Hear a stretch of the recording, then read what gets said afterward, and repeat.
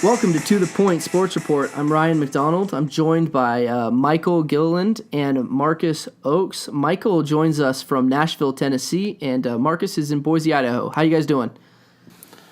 Doing good. How are you doing? Doing pretty well. Marcus, you want to chime in? Yep, doing good, man. Cool. So, the new football season's upon us. It's approaching up in just a little under 2 weeks now, and so we wanted to give you guys a quick little intro podcast, do a little preseason stuff, and just get into the season, get us ready. And we're going to jump straight into the AP poll, but we're not going to do the AP poll because the AP poll came out and it is a joke. So we're going to go straight to the coaches poll, and we're going to talk through the coaches poll, let you guys know what we think about how they're ranked, and we'll talk about that a little bit. So starting off right at the top. Top 5 looks Alabama, Clemson, Oklahoma, Florida State, Ohio State. Michael, do you have any problems with that? I don't. I think it's, to be honest, I'm comfortable with all those rankings. I think Ohio State is probably the least experienced. Alabama loses their quarterback from the prior year. So I think a lot of just early season rankings in general are just about respect and about what you did over the prior year anyway. I have Clemson number 1 in my poll just because I think they bring the most offensive power back, and if they're able to stop anybody, I think they'll do great. And I think Alabama's schedule, which we'll get into later, I think is pretty tough, but I think they're well deserving of the number 1 spot for now. So, Marcus, is there anyone in that top 5 that you think doesn't deserve to be there, or is there someone else in your top 5 that you would substitute? As much as I'm not a huge fan of Alabama, they play great football. They just don't always play the toughest teams. One issue I have with the poll is Florida State has a first place vote. When they weren't even first in their conference last year, it puts a little doubt in my mind of the coaches when they have them as the number 1. Then you look down to number 10, and Tennessee also has a number 1 vote. I mean, that's kind of crazy to me. Yeah, I was just going to bring that up. I was going to say, you're looking at Tennessee with the number 1 vote. Yeah, they're ranked number 10. And one, just to touch on AP real quick, I mean, they have 7 different people with the number 1 vote. And just to go back on how ridiculous the AP poll is, especially for preseason, that just speaks volume right there, that 7 of them have a number 1 vote or more. Yeah, I mean, I'll give them credit that it's a crapshoot, and we got coaches that know these teams really well, know the coaches, know what players are there. A lot of them have recruited them, so maybe they have a better understanding of it. Where the AP, they're reporters, columnists, and they're from a certain area, so they're going to favor a team maybe a little bit more. And you're right, 7 versus the 4 first place votes that had been given out to 4 different teams in the coaches poll. But you're totally right when you look at that. We'll get into Tennessee a little bit later, actually, in a second podcast about some of the hot seat stuff possibly there, how they'll perform. We'll jump into it definitely later in this episode as we get into a quick conference breakdown. But while we're still in this coaches poll, looking through 6 through 10, we got LSU, Stanford, Michigan, Notre Dame, Tennessee. I think it's pretty fair. Maybe in some different orders for some people, but there's not still a team that jumps out to me and says, whoa, why are they in your top 10? And do you guys disagree with that? I don't. I think all of those are fair.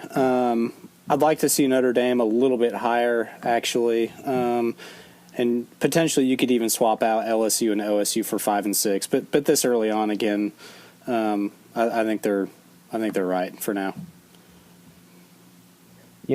I think Michigan isn't getting enough credit here.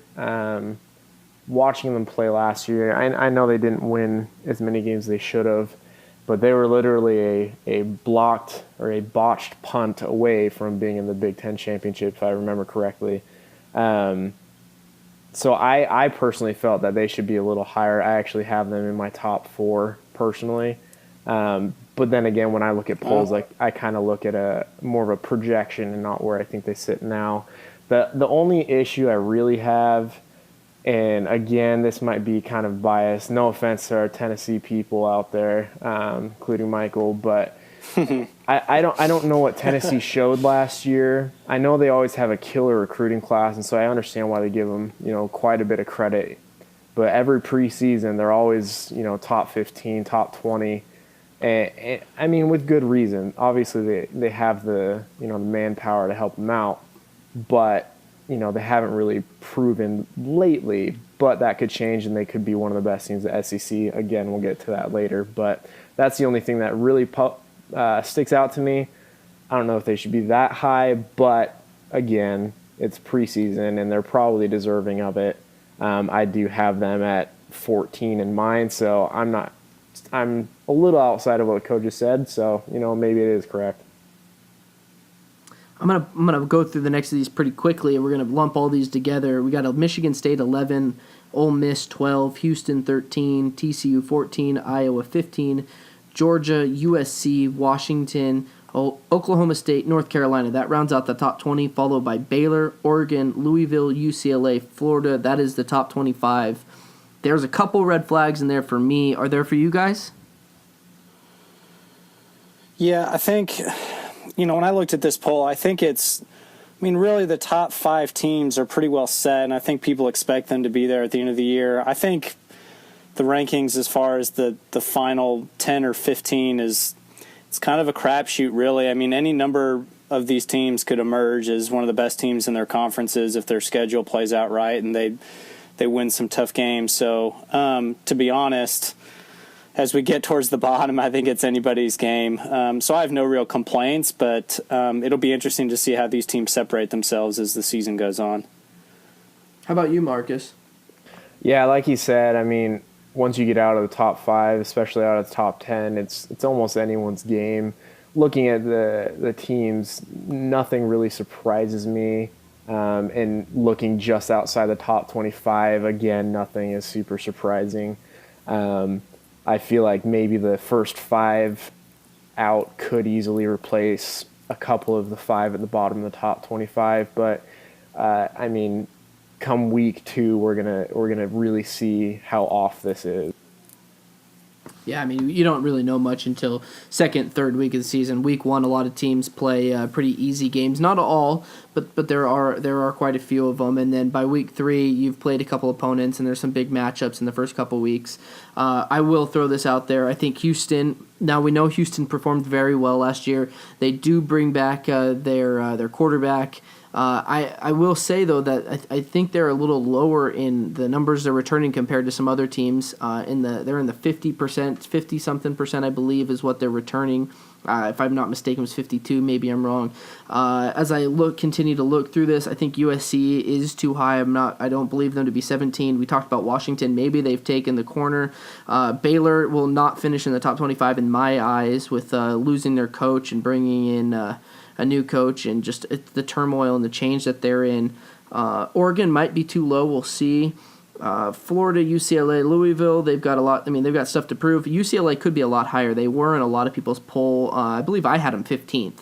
As I look at Marcus, I think you had them 20th, if I'm not mistaken.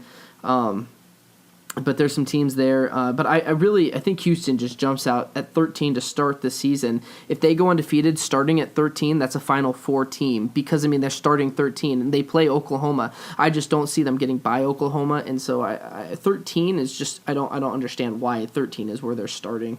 Well, and a couple points on that. I mean, Houston, if I recall, had one of the best recruiting classes this year. So, yeah, they're losing a lot of players, but they're also bringing in some phenomenal players. Now, is that going to translate right away, or is it going to take a year or two? We don't know. I do agree that I think they're a little high. I can't remember where I placed them. I think I might have put them at 15. Yeah, I put them at 15. So, I'm pot calling kettle black right here. But if they do make it past Oklahoma, they're definitely deserving of that high of a ranking, and if not higher.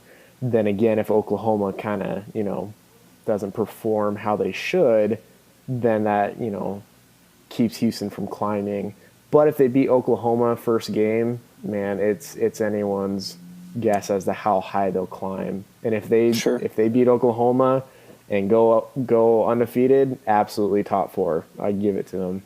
Yeah, and as I say, 13's too high. I have them 19. So I mean, we're talking 6 spots. They're still there. I just find 13 to be a little high. And yeah, as you said, they did have a good recruiting class, but it's the same thing we're seeing with Ohio State. Ohio State won a national championship.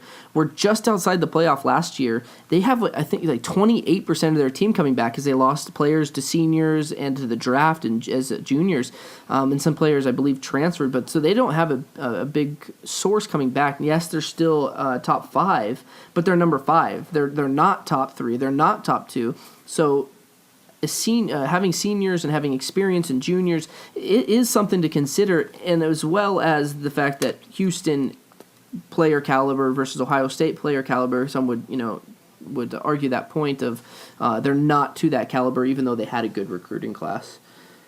Michael, do you have anything to throw in there before we move on to the next segment? No. I think we covered it again. These what's fantastic about this season is that it really looks like a lot of top teams challenge themselves. And so we're really going to have a good idea of how the season could potentially shape out. And in Houston's example, their playoff dreams are actually kind of riding on that Oklahoma game. So it'll be a really fun first couple of weeks of football. And again, a lot of this stuff should sort itself out. Yeah, week 1. Houston, Oklahoma, 12 p.m. kickoff Eastern time. That's 9 a.m. Pacific. That will be a big game to decide a lot for the season. We're going to just mention, we posted our top 25 poll. Our writers and the few of us here, we voted, we compiled the votes, and we put a poll up there, so you guys can go take a look, compare our top 25 preseason poll to the AP, to the coaches, and we'll see where it goes from there. We'll post it every week, and as we've said multiple times already, it's a crapshoot. So if we have your team too low, your team's not in there, you think we did somebody too high, sorry, stick with us. Give us a little bit of time here. We're just like the AP. Experts back here sitting, looking at the numbers, looking at who's coming back, the coaching changes, and schedules. I mean, you don't know until the Saturday's over and the game's been played. You can just take a guess.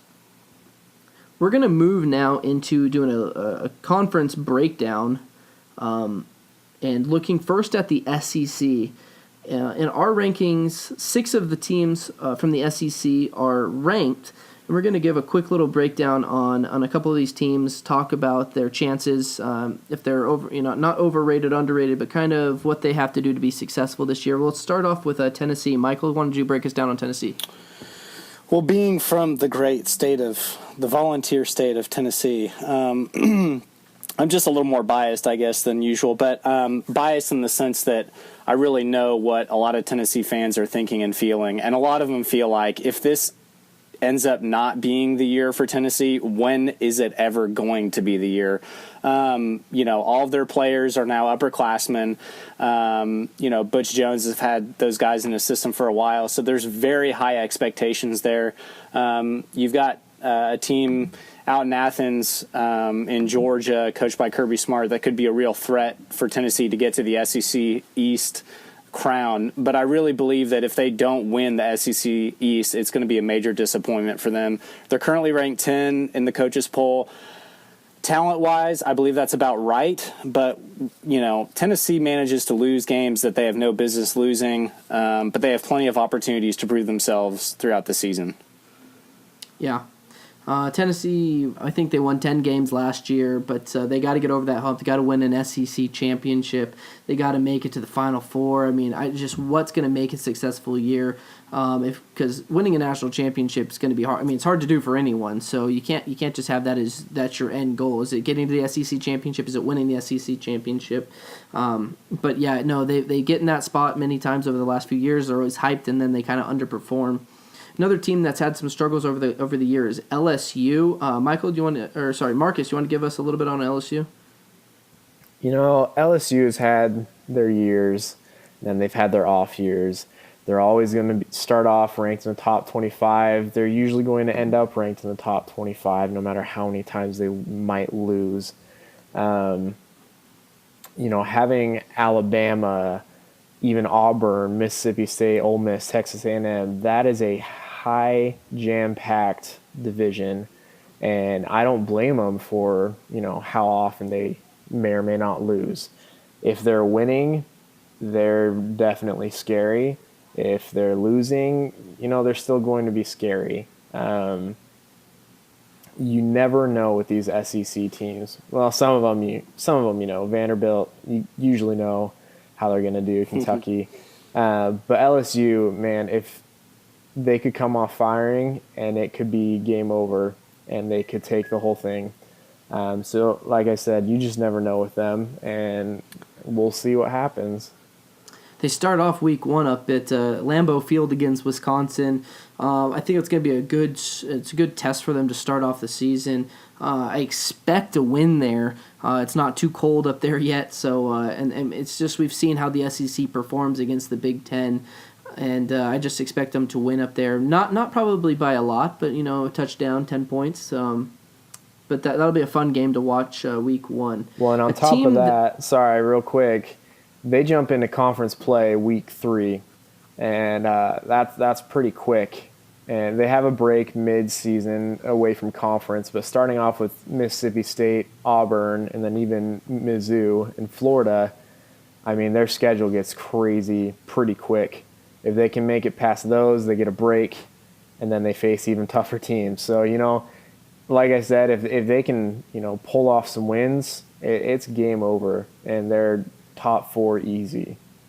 Yeah, I don't want to divulge too much into how we rank, because it is a private ranking for the most part, unless you want to divulge out some of the information. But I will say this one: a team that I put third. Michael, you put third as well, and Marcus, I believe that you had them first. Alabama. Which you want to talk about Alabama? I can go ahead. I can go pipe ahead. in if that's all right. Sure. I have a bitter spot in my heart for Alabama. I do typically think that they're highly overrated. They're very favored. That's just my opinion. But when I was looking at these polls, trying to come up with what I wanted to do, it was hard for me to not put the defending national champions back in there. I know they lose, some of their better players, but Nick Saban, you can't bet against him. If they lose a game, it's typically shocking.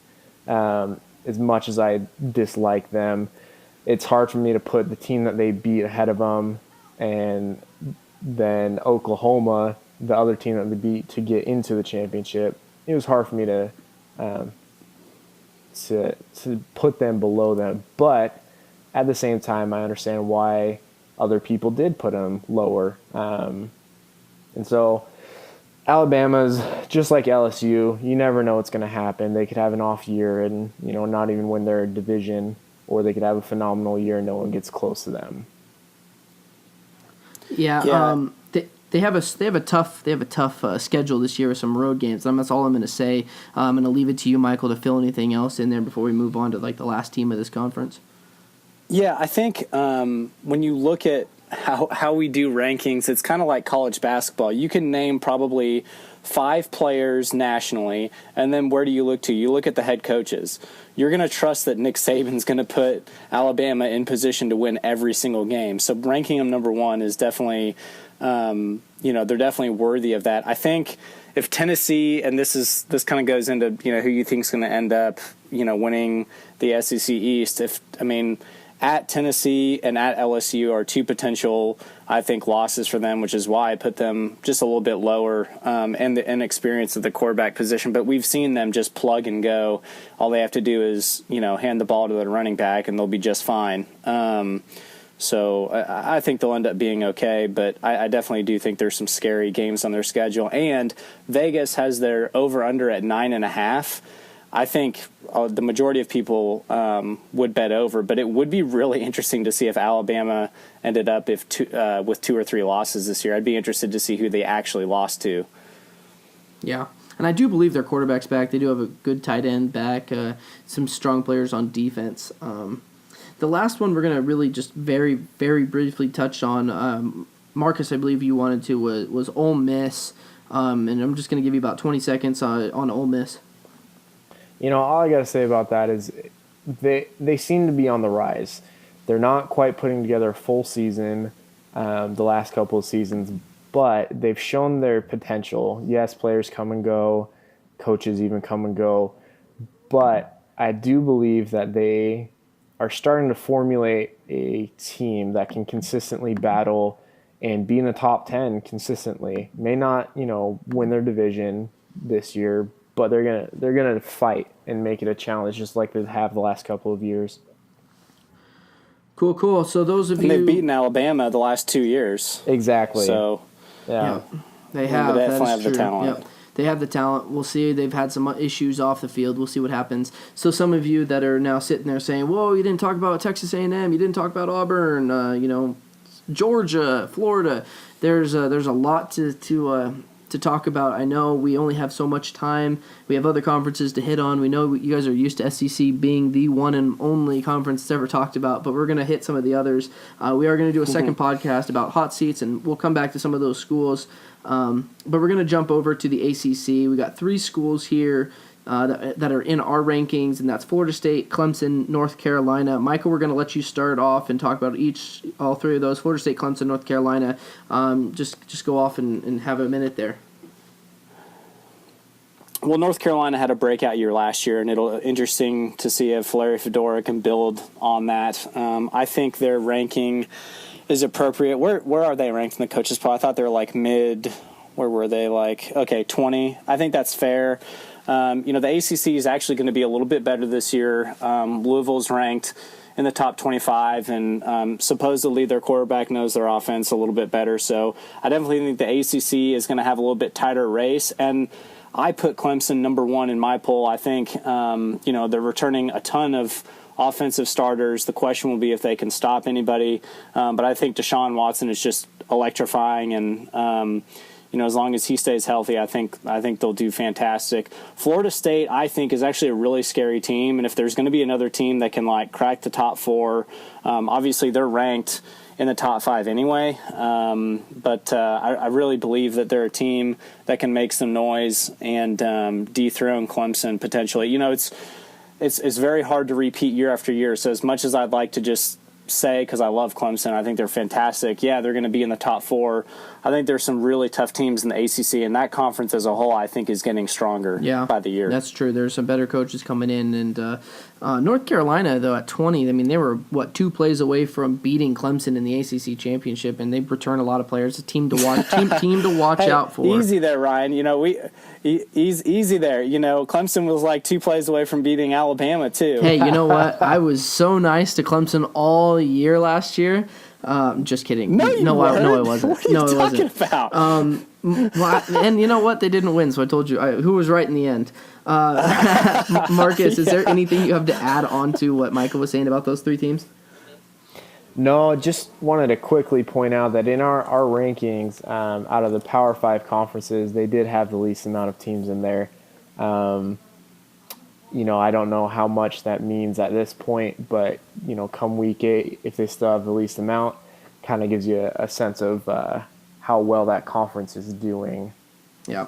So other conferences, other teams in that conference are Miami, North Carolina State, Virginia Tech, Louisville. Of those teams, Miami are probably 2 years away, as much as it hurts me to say it. I want to see what he's going to do there, Rick is going to do. Louisville is the team, I think, of those. Maybe NC State, new offensive coordinator, but Louisville, I think, pops out as what are they going to do? Are they really going to bounce back? They got, with Petrino and it's a team that could cause some trouble for those first 3 that we mentioned in Florida State, Clemson, North Carolina. But I think the ACC, as you said, Michael, is getting stronger. It's going to be fun to watch. But one of those first 3 teams, I believe, is the one that comes out of it and possibly is headed to the Final 4. Moving to the Big Ten. This one, we have a bunch of teams listed here, not as much as in one of the other conferences we're going to talk about, but we got Michigan State, Michigan, Ohio State, Wisconsin, and Iowa. So top heavy for sure. 12 teams, and I just listed off 5 of them. Maybe Penn State should be thrown in there, but we're not throwing in Purdue. We're not throwing in Illinois, Indiana. Is there a team that I'm really missing out on, Marcus? Which ones did you say again? I have Michigan State, Michigan, Ohio State, Wisconsin, and Iowa. No, I think that's about all that really needs to be mentioned. Northwestern has been hit or miss lately. Sometimes they're top 25, sometimes they're not. Sometimes they don't look like they should even be a top 50 team. My personal favorite, I didn't think I'd ever really say this, but I like Michigan. I think that Michigan might have the upper hand here. They barely lose to Michigan State. They lost to Utah by 7 in the first week, and Utah ended up having a phenomenal season, being ranked in the top 3 at one point. But then they did get trounced by Ohio State. So, I think they have it. They have the formula to get there. Coach's second season, he's going to do wonderful things there. And I think Michigan comes out on top. And I think they beat, almost everyone. Probably lose to Michigan State, tough game with Ohio State, but I think they win their conference. Yeah. Michael, I'm going to give you a quick minute there of those Michigan State, Michigan, Ohio State, Wisconsin, Iowa. Yeah, I can't tell whether the Big Ten is ultimately a conference of mediocrity or a conference of power players because there's so many teams, I think, that can vie for the top spot if their season goes right. I agree with Marcus. It's a pretty crushing defeat for Michigan last year. It'll be interesting to see how they bounce back this year. If there's a team that can challenge Ohio State, it's definitely Michigan. And at the very least, if Michigan doesn't win it this year, I mean, my goodness, they're going to have a team to beat over the next 2 or 3 years with how well the recruiting's gone and how much Jim Harbaugh has really been appealing to a lot of people, even down south. There's a lot of chatter down here. People do not like Jim Harbaugh running camps in Florida and kind of picking fights with SEC folks, but that's what kids like, and I think you'll see a lot of really good recruiting years out of Michigan for the next few seasons. Yeah, I mean, as we look at last year, still, I think you guys are all surprised on how Iowa finished. They won a lot of games by a touchdown, 10 points or fewer. Wisconsin struggled a lot. They'll probably bounce back, but I don't expect them quite to be there yet. Ohio State lost a lot of guys. That's a tricky one. They play Oklahoma early in the season. That's a big game for both teams. Going to decide a lot, I think, in the playoff picture. Michigan State, Michigan. We'll see. They're both replacing a quarterback, and it's going to be a fun conference. Top heavy for sure, but that's a lot of teams that could beat each other up. The other team that was there that we didn't mention was Nebraska. We'll see what he does in year 2. Mike Riley, but he struggled year 1, but he had a lot, and I mean a lot of games that were decided by 7 points or fewer. That man was close to an 11 wins or more. Moving to the Big 12, not as top heavy as it's been in the years past. I don't believe it. 4 teams were in our poll to start the season. But we're just going to talk about 3 right now. That's Oklahoma, Oklahoma State, and TCU. I think those are the 3 teams that have the best chance. Michael, who has the best chance of those 3?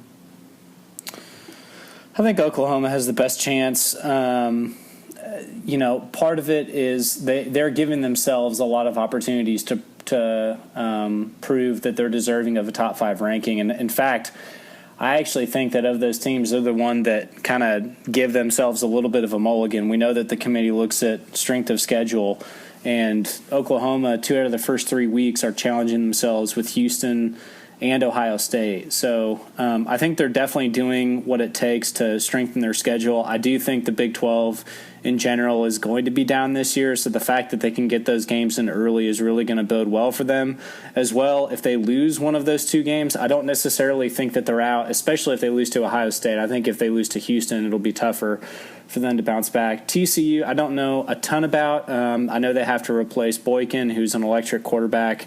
And I just don't see other teams vying for the top spot. Yeah. Marcus, what do you think, though, there? Is there a team that I left out that you really believe in, or is it one of those 3 teams? No, I think Oklahoma has it. It's not going to be too big of a competition. K-State, they've had their years. They look good sometimes, but I don't think they're going to go anywhere. TCU, their backup quarterback did pretty good when Boykin was out. but it's not going to be enough. Oklahoma State, I have a feeling, is going to have a great season. But again, there's not going to beat out Oklahoma. Oklahoma has it, especially if they can, outlast Houston and Ohio State early. The rest of the season is going to be a breeze for them. Yeah. As I even look at, I have Oklahoma number 1. A lot of people have Clemson. Some have Alabama, but I put Oklahoma there. They played well last year. They played a very close game to Clemson for a lot of that. And I think this year of expertise, bringing back a lot of players, Oklahoma's a team to watch out for. But as I said, week 3 against Ohio State, luckily, I think it's a home game for Oklahoma. I don't think it's neutral site. I think it's just a home game. So that plays to their advantage. We're going to move now to the Pac-12. We have 5 teams in our ranking that make the top 25, but this is a conference that no one team I don't think stands out. A lot of teams here lost players, and it's totally up for grabs. But any one of these teams, pretty much for the most part, if they made a Final Four appearance by winning, going one loss and winning the Pac-12 and made the Final Four, I don't think any of us sitting here today would go, whoa, how did they get there? Maybe one of the teams, but none of them are really coming out of the blue. Big question mark is for Oregon, I think. No one really knows much about who their quarterback's going to be, how they're going to come off. They played well still last year, had a few losses, but Oregon's a big question mark. Stanford coming back with McCaffrey. I hear he's only gotten better since last year. What's Chris Peterson's gonna do up there at Washington in his second year? They played well. There's still a curve. UCLA is a team that should perform. They did lose some players, but they got Josh Rosen back. SC is in a lot of people's top 25. I think they're a bit overrated. Utah's going to perform well. They played very well last year, but I think when it comes down to the end of the season, they're still going to have a couple losses. Washington State played very well last year. Are they getting their stuff around under Mike Leach? They beat Oregon. What are they going to do? They have a tough game on the road at Boise State in the second week. But any of those teams, for the most part, if they went, one loss or whatever and won the Pac-12, I don't think any of us would be surprised. Marcus, would you be surprised if one of those teams made it? Of the teams mentioned, the only one that would really surprise me would be Washington State, maybe Utah. Winning it would be, kind of far-fetched for me. The other ones, Oregon, it's Oregon, you never know. Stanford's been solid. Washington, I do think, is on the rise. Peterson's, getting things together. UCLA, I think, is going to be great. USC, if they win, it'd be a little bit of a surprise based on how they play their coaching carousel right now. But it also wouldn't surprise me at the same time. Yeah, Michael, I think if some of those teams would be surprised to win it, but to win the Pac-12, is there someone there that you would go, how the heck did they win the Pac-12? Yeah, it'd probably be Utah just because they were inconsistent away from home. Colorado as well is also in the Pac-12. That's kind of a joke. So I don't think they have a shot. So's Oregon State. I know we're not talking about Arizona State. There's some too many questions around that, losing players, getting new coordinators and stuff. But I think these are the core of this conference. Sure, and again, I think the best statement about the Pac-12 is if somebody ends up with one loss, they should be in the top 4. But who can you really pick in the conference that you believe will have one loss? I think there's a lot of parity, and they could very well be left out of the college football playoff this year. Yep. So we're going to do one more out of the conference. These 3 got in our top 25, and that's Notre Dame, Boise State, and Houston. We don't want to spend too much time, but we're going to stick with you, Michael. Give us a quick little bit on each one. So Notre Dame, I guess they suspended their leading tackler from last year, so that's going to hurt them a little bit. I actually think they have a fantastic chance to break into the top 4, pending the other 2 power conferences don't get in 2 of their own. I really like them a lot, and I really believe they'll be there in the end if they can win out. Houston is a dangerous team. They've got that, as we've talked about a few times already, they've got a really tough game against Oklahoma at the beginning of the season. If they win that, they can set the table for the rest of the year. And very similarly to Boise State, look, I put them at 25. I went to Boise State. I'm a little bit of a homer. A little upset alert. I actually am not sure if they're going to beat Washington State at home, but that's for an argument for a different time. But I think it'll be interesting to see how the season plays out. I'm not as close to Boise as I used to be, so Ryan, you're probably a little bit better at predicting their success. But I think if they can beat Washington State, then they've got a shot. But their schedule is so weak. Just beyond that, I doubt that people would give them consideration, even if they did go undefeated. They'd have to have a lot of help. Yeah, Marcus, is there something you want to throw into that too? Yeah, so I think Notre Dame's quarterback, I believe they put in a freshman quarterback last year, and he ended up playing great.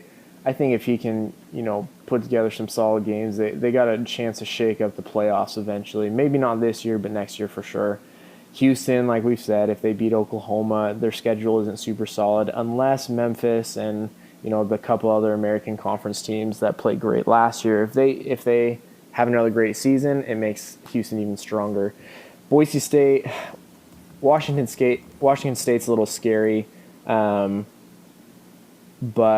their first game, it's it's a little scary for me. I'm from Boise. I'm a Boise State guy, but I also don't have blinders on. Louisiana Lafayette, they have a transfer quarterback from LSU. He started for 13 games, didn't put up the greatest numbers, but he still was a starter for LSU. He's coming over as a senior transfer. Who knows what he's going to do? Then again, he doesn't have quite the team to go with him. So, it could be kind of scary, but at the same time not. The only game I'm really concerned about for Boise State is BYU. I actually went to BYU, but I can't stand, cheering for them. They just announced today that Taysom Hill is going to be their starting quarterback. He's ended the last 3 seasons on injury. And so you never know what's going to happen. But, they got Mangum as their backup. I know Ryan has his opinion on him, but he can love him. he can be a solid quarterback if he has a sarcasm? shot. So, that game I'm a little worried about, but it is further on into the season, unlike this last season. And so I think Boise State will be prepared for them. BYU will probably... Well, they could potentially lose anywhere between 3 to 6 games before they face Boise State easily. They have a brutal schedule. Oh, it's horrific. Arizona, Utah, Michigan State, Mississippi State. It's a tough schedule. But if they come out of that on top, Boise State versus BYU, both teams undefeated at that week. That's 2 top 20 and top 15 teams. That could be a huge boost in rankings and getting Boise State. The game is currently scheduled, I believe, for a Thursday, or I think it's a Friday night.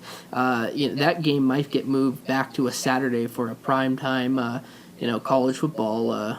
Absolutely, and game of the week. It's on the blue. Boise State's never lost on the blue to BYU, but like I said, that's the only game I'm concerned about for them. Yeah, I expect BYU to be a little beat up come into that game, even if they are, undefeated still, or if they, still have a winning record, they will still be beat up because that is some big dogs they're going against. Absolutely.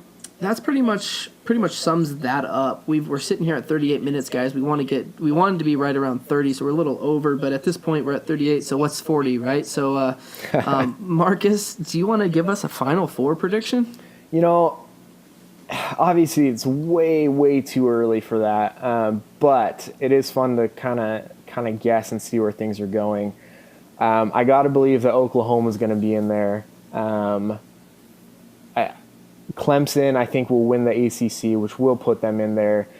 I believe that Michigan will be in there as well. And, for 4th place, if Houston goes undefeated, you got to give it to them. Boise State goes undefeated. Probably not, but if they are beating teams like they used to, then, you might consider it. So realistically for, the other top 4, I'm thinking maybe Stanford, but like you said, any of those teams that could potentially go undefeated probably won't, which leaves the door open for Notre Dame or even, a repeat in one of the other conferences. I agree. You kind of contradict yourself there a little bit. If you're putting Oklahoma in, I don't think you can put Houston in because Oklahoma will have lost to Houston, and then if Houston's in, I don't know if Oklahoma gets in with one loss against Houston. Maybe they do if Houston's that good, but I think it's a fairly weak schedule. As you look at Houston, Oklahoma, Louisville, Cincinnati, I think they will end up having probably one to three losses at the end of the year. Michael, you want to give us some four there? I'm putting you on the spot because I didn't ask for it. This is really tough because I've really enjoyed watching Clemson play, and I really think that they can do it. But they are in Tallahassee this year, and I think if there's any roadblock, that's going to be it. So I'm going to put Clemson in my top four with the caveat that Florida State could easily take their spot. I believe that Oklahoma will win the Big 12, and I believe that they'll beat Houston. I am unsure if they will beat Ohio State. I'm actually going to put Ohio State in my top four. I'm going to leave Oklahoma out just to shake things up a little bit because what I'm trying to do here is I'm trying to make room for Notre Dame. Keep in mind Notre Dame's two, ranked teams. They got Michigan State at home. They've got Stanford at home. And they've got USC on the road. They win those games, they're in.